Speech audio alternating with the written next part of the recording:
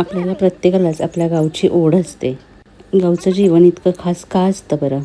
बाजारामध्ये ही चिनी-मिनी बोरं तर असतात विकायला बघा, पण आपल्या हाताने तोडून ही खाणं यातला आनंद काही वेगळाच. भरपूर पैसे देऊन आपण हवे तेवढे आंबे विकत घेऊ शकतो, पण या अशा आपल्या हाताने झाडावरच्या कैऱ्या काढून खाणं यापेक्षा अजून जास्त श्रीमंती ती काय? खरंच छोट्या छोट्या गोष्टींमध्येच मोठा आनंद लपलेला असतो. ही ताजी हवा, हिरवीगार शेती आणि शांत वातावरण मनाला किती प्रसन्नता देतं.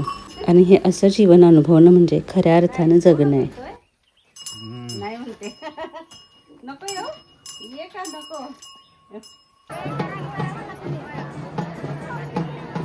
हाय नमस्कार मैत्रिणी, आजचा आपला व्हिडिओ थोडासा वेगळा आहे, पण तो बघून नक्कीच तुम्ही आनंदी व्हाल. एक छानशी स्माईल तुमच्या चेहऱ्यावर येईल.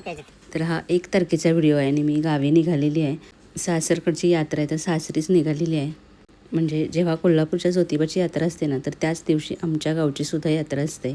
आणि यात्रा ही रात्री असते, म्हणजे गुलाल खोबरं जे असतं ते रात्री असतं.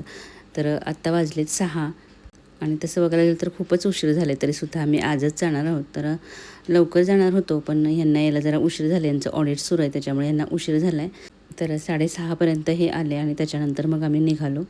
आणि सासरी जाताना नेहमीच मी साडी नेसत असते आणि आता इथूनच तयार होऊन जाते आहे, कारण की जायला जरा उशीरच होणार आहे. म्हणजे जवळजवळ आम्हाला 10 वाजले पोहोचायला तिथे. आणि त्याच्यानंतर मग कुठे तयार होणार ना, म्हणून म्हटलं आधीच आपण इथूनच आवरून जाऊयात. म्हणजे इथून गावी जायला जवळजवळ 3 तास लागतात. तसं तर खरं सासरी एवढं शूट करायला मिळत नाही, पण यावेळेला मी बऱ्यापैकी शूट केलं आहे. आणि यावेळेला 3-4 दिवस राहिलेलो. म्हणजे तसं तर सतत गावी येणं जाणं असतंच, म्हणजे महिन्यातून एकदा तरी गावी जाणं होतंच. पण यावेळेला चांगले 4-5 दिवस राहिलेलो. आणि आता तर यात्रा आहे त्यामुळे सगळेजण आलेले. जेव्हा सगळेजण एकत्र असतो ना, तेव्हा तर खूप जास्तीचा आनंद किंवा मजा येते. आणि यावेळेला आमच्या शेतामध्ये गेलेलो, तर आमची गुरं वगैरे आहेत ना, तर ती सगळी शेतामध्येच आहेत. आणि आमची शेती किंवा रान जे आहे ना, तर ते घरापासून म्हणजे गावापासून थोडं लांबच आहे तसं. त्यामुळं सारखं तिकडे जाणं होत नाही. आणि आपण आपल्या स्वप्नांसाठी, आपल्या करिअरसाठी जरी शहरामध्ये राहत असलो ना, तरी मन मात्र नेहमी गावाकडेच ओढ घेत असतं. आणि लहानपण सगळं खेडेगावातच गेलेलं आहे. म्हणजे वडील जरी शिक्षक होते तरी घरची शेती वगैरे भरपूर आणि सासरकडची सुद्धा शेती आहे. त्याच्यामुळं ही आवड पहिल्यापासूनच आहे. फक्त आता जरा जास्तीचा वेळ इथं देता येतो. आणि खरं सांगू का, गावी जायचं म्हटलं किंवा गावाला गेल्यानंतर इतकं माइंड फ्रेश असतं ना, म्हणजे गावची ती हिरवीगार शेती, गुरं, शांत वातावरण, हे सगळं एनर्जी बूस्टर असतं. तर आता संध्याकाळच्या 6:30 झालेत आणि हे आलेत आणि आम्ही आता निघालो आहे. आणि आता 4-5 दिवस तरी गावीच राहणार आहे. त्याच्यामुळे झाडांना भरपूर पाणी दिलं आहे. आता झाडं छान ग्रो झालीत, हिरवीगार सगळी गॅलरी दिसते. आणि आता मला त्याला मुरझू द्यायचं नाही, म्हणजे सुकू द्यायचं नाही आहे. तर पाण्यासाठी मी काय केलं की नारळाचे जे केसर असतात ना, तर ते कुंड्यांमध्ये टाकून ठेवलेत आणि छोटे छोटे मटके असतात ना, त्याच्यामध्ये सुद्धा पाणी भरून ठेवलं आहे. फुलझाडांना भरपूर पाणी लागतं, नाही तर ती सुकून जातात. आणि बाकीचे जे इंडोर प्लांट आहेत त्याला फारसं पाणी नाही, एवढ्या पाण्यावरच ते व्यवस्थित अगदी आठवडाभरसुद्धा चांगली राहतात. आणि चिवताईसुद्धा आलेली आहे इथं, तर तिच्यासाठी सुद्धा भरपूर खाऊ इथं टाकून ठेवला. आणि पक्ष्यांसाठी इथं खाली पाणीसुद्धा भरून ठेवलं आहे. आणि चिमण्यांबरोबरच खारुताईसुद्धा येत असते अधूनमधून, त्याच्यामुळे इथं भरपूर खाऊ टाकायला लागतो, नाहीतर खारुताईच हे सगळं खाऊन जाते. आणि इथं मी अगदी जवळ उभी आहे तरीसुद्धा चिवताई इथेच आहे. खरं तर कुठे जायच्या आधी किती सारी कामं असतात ना, घर सगळं आवरायचं असतं, बॅगा भरायच्या असतात आणि त्यातून गावाला रेंज नसते. त्याच्यामुळे मी आत्ताच थोड्या वेळापूर्वी एक व्हिडिओसुद्धा अपलोड केला आहे. खूप सारी धावपळ आज खरं तर झालेली आहे. आणि आता पोहोचलो आहे पाटणला आणि इथला दांडे पूल आहे तर तो बंद करणार होते असं ऐकलं होतं, पण आज तो लकीली चालू होता त्याच्यामुळे इतकं बरं वाटलं ना, नाही तर तो पर्यायी रोड शोधण्यातच अजून बराचसा उशीर झाला असता. तर घरी पोहोचेपर्यंतच 10-10:15 झाल्यात. त्याच्यानंतर जेवलो आणि पटकन मंदिरात गेलो. आधी देवाचं दर्शन घेतलं. देवाची पालखी यायच्या आधी खूप सारे फटाके फोडले जातात, म्हणजे नवसाचे असतात, ज्यांनी नवस बोललेलं असतं ना, त्यानुसार फटाके फोडले जातात.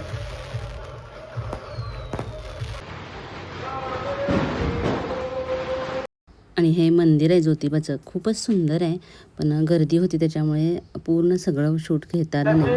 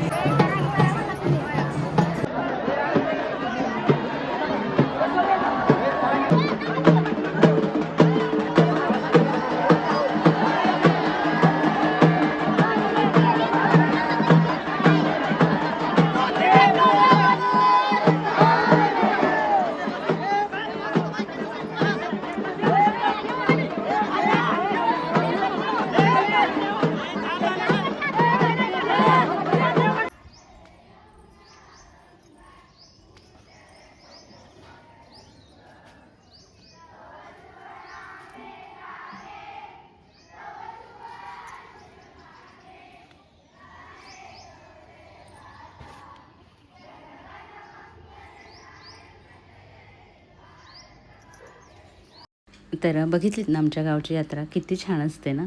आणि हा दुसरा दिवस आहे आणि आमच्या घराच्या बाजूलाच ना शाळा आहे. सकाळी सकाळी हे जनगण मन ऐकताना इतकं छान प्रसन्न वाटतं ना, शाळेत गेल्यासारखंच वाटतं. आणि हा सुंदर उगवता सूर्य, आजूबाजूचे पक्षी, सगळी झाडी आणि हे शांत वातावरण, हे सगळं बघून डोपामाइन एकदम हाय होऊन जातं.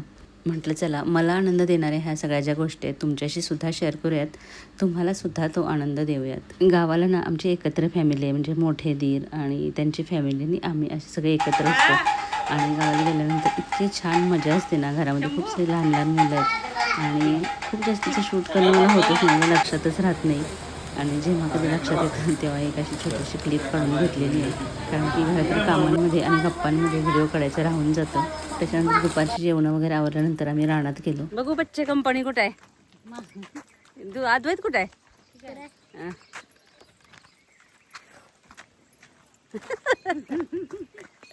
आहे ना, गारवा बघा, झाड बघ. अद्वैत रोज येतो वाटतं. अद्वैत नाही आला का? खरं तर ऐन उन्हाचा आम्ही आलो आहे, म्हणजे संध्याकाळी पाऊस येतो म्हणून जरा लवकरच 3 वाजताच निघालेलो. आणि इतकी छान आंब्याची झाडं बघा, हाताला येत आहेत अगदी आंबे. तर ही जी सोबत आहे माझ्या, ती पुतण्याची बायको आहे सुरेखा, आणि तिचा मुलगा वेदांत, आणि अजून एक लहान बाळ आहे. त्याच्यामुळे दुसरी जी आहे कोमल, तर ती आली नाही, ती घरीच थांबली आहे. वेदांत आणि अद्वैची इतकी मजा सुरू होती ना. तर आमची शेतीसुद्धा गावाकडचा पुतण्या आहे तोच करतो. आणि इथं रानामध्ये गुरांसाठी गोठा बांधलेला आहे. आधी ना गावातच हा गोठा होता, त्याच्यामुळं गाई, म्हैशी आणि बैलसुद्धा असायचे आमच्या घरी. आता बैलगाडी वगैरे नाही, कारण खूप सारं कामं हे ट्रॅक्टरनीच होतं.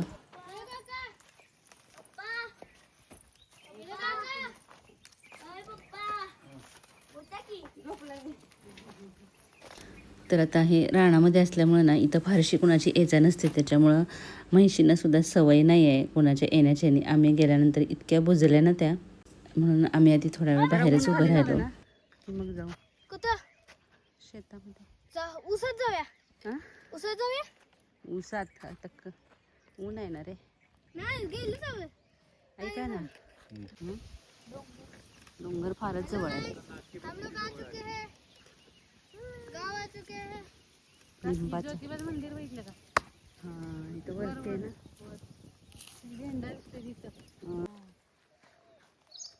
छान लागते. ए ती का ही असते.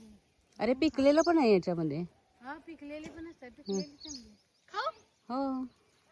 आणि नंतर मुलं खूप हट्ट करत होती की ऊस तोडून आणूयात म्हणून. तर हे बाजूला जे ऊसासारखं दिसतंय ते ऊस नाही आहे, तर त्या म्हैशींना खाण्यासाठी गवत असतं, तर त्याला हत्ती घास म्हणतात, आणि हेच तोडून म्हैशींना घातलं जातं.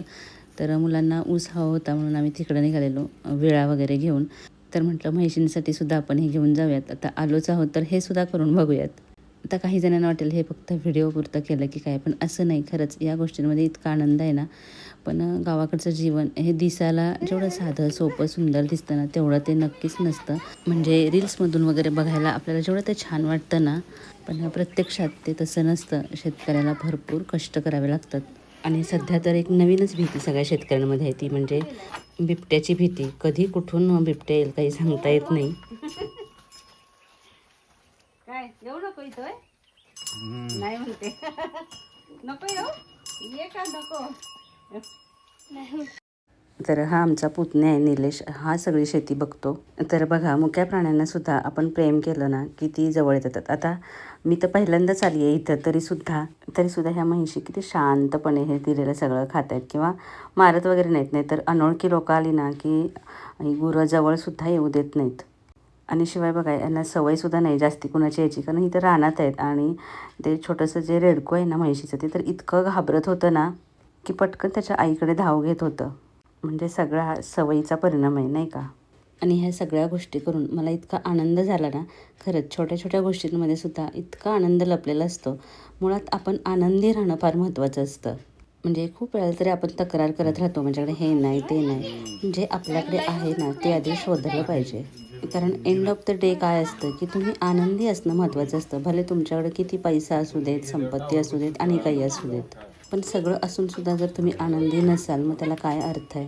आधी आपली सुखाची व्याख्या थोडी वेगळी असते. जसं जसं वय वाढत जाईल, जसं मॅच्युरिटी येत जाईल ना, तसं तसं आपल्याला खरा आनंद कशामध्ये आहे ते समजायला लागतं. पाणी पी पी पी की. ते घाबरतंय तेच. इतकी माणसं कधी बघितलेलीच नाही ते. आणि इथं काय चाललंय बघा, मुलं प्यायला पाणी मागतायत निलेशला आणि म्हणतात की ॲक्वाचं पाणी आहे का प्यायला म्हणून. तर काय आपणच आता या सवयी लावलेल्या आहेत. खरं तर अजून बऱ्याच ठिकाणी जायचं होतं, म्हणजे अजून पण शेती आहे, विहीर आहे, तिकडं पण जायचं होतं, पण इथंच आमचा बराचसा वेळ गेला, कारण इथून जावंसं वाटतच नव्हतं. आणि हे सगळं अनुभवून असं वाटायला लागलं खरंच शेतीच करायला पाहिजे गावाला येऊन.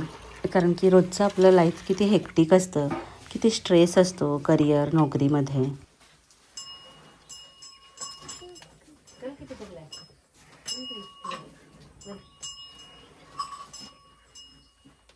आता कोणी प्यायचं, तिनं प्यायचं का हिनं? शिवर पाय दिला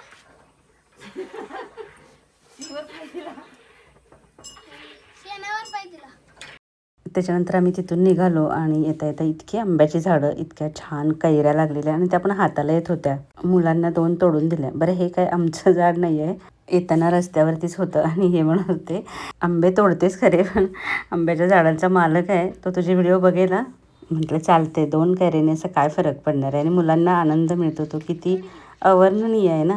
ही खरी गावची श्रीमंती. कारण खरं सांगू का, चिपळूणला असताना कुठलाही सण आला की आपण दरवाजावरती आंब्याची ढाळी लावतो आणि मलाही खूप आवडतं ते आणि लावायचीच असते. पण ती ढाळी शोधण्यासाठी इतकं फिरावं लागतं ना.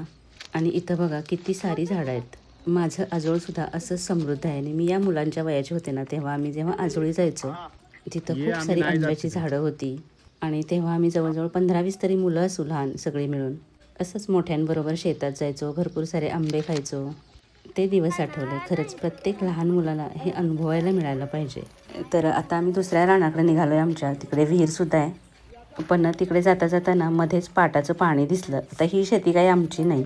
बऱ्याच वेळेला आम्हाला कमेंट येते की ही सगळी शेती तुमची, असं कसं होईल, एवढी सगळी शेती कशी असेल. पण निसर्ग तर आपला आहे ना, त्याचा आनंद घ्यायचा. तर इथं पाटाचं पाणी बघून मुलं तर एवढी खुश झाली, अंघोळच करायची म्हणायला लागली. आणि इतकं थंड पाणी होतं एवढ्या उन्हातसुद्धा. खरंच खूपच रिफ्रेश झालं मन. आणि म्हटलं चला इथे एक रीलसुद्धा बनवूयात. असं काही विचार केला नव्हता रील वगैरे बनवायचा, पण इतकी सुंदर गोष्ट जर आपल्याकडे आहे, निसर्ग इतका छान आहे, तर काय हरकत आहे ना. हे सगळं त्या रीलच्या माध्यमातून सेव्ह होतं. आणि इथं बराच वेळ गेला आणि जायचं होतं, आमची विहीर आहे तिकडं, पण तेवढा वेळच नाही मिळाला कारण आता संध्याकाळ व्हायला आलेली. त्याच्यामुळे नेक्स्ट टाईम जेव्हा जाऊ ना परत गावाला, तर तेव्हा नक्कीच तुम्हाला दाखवते आमचं दुसरं शेत आणि विहीर वगैरे आहे ते. प्रत्येकच व्हिडिओ बनवताना मला एक वेगळाच आनंद मिळत असतो, पण आजचा हा व्हिडिओ आहे ना, तो बनवताना खरंच इतका आनंद समाधान मनाला मिळतं आहे ना, म्हणूनच तुमच्याशी शेअर केला.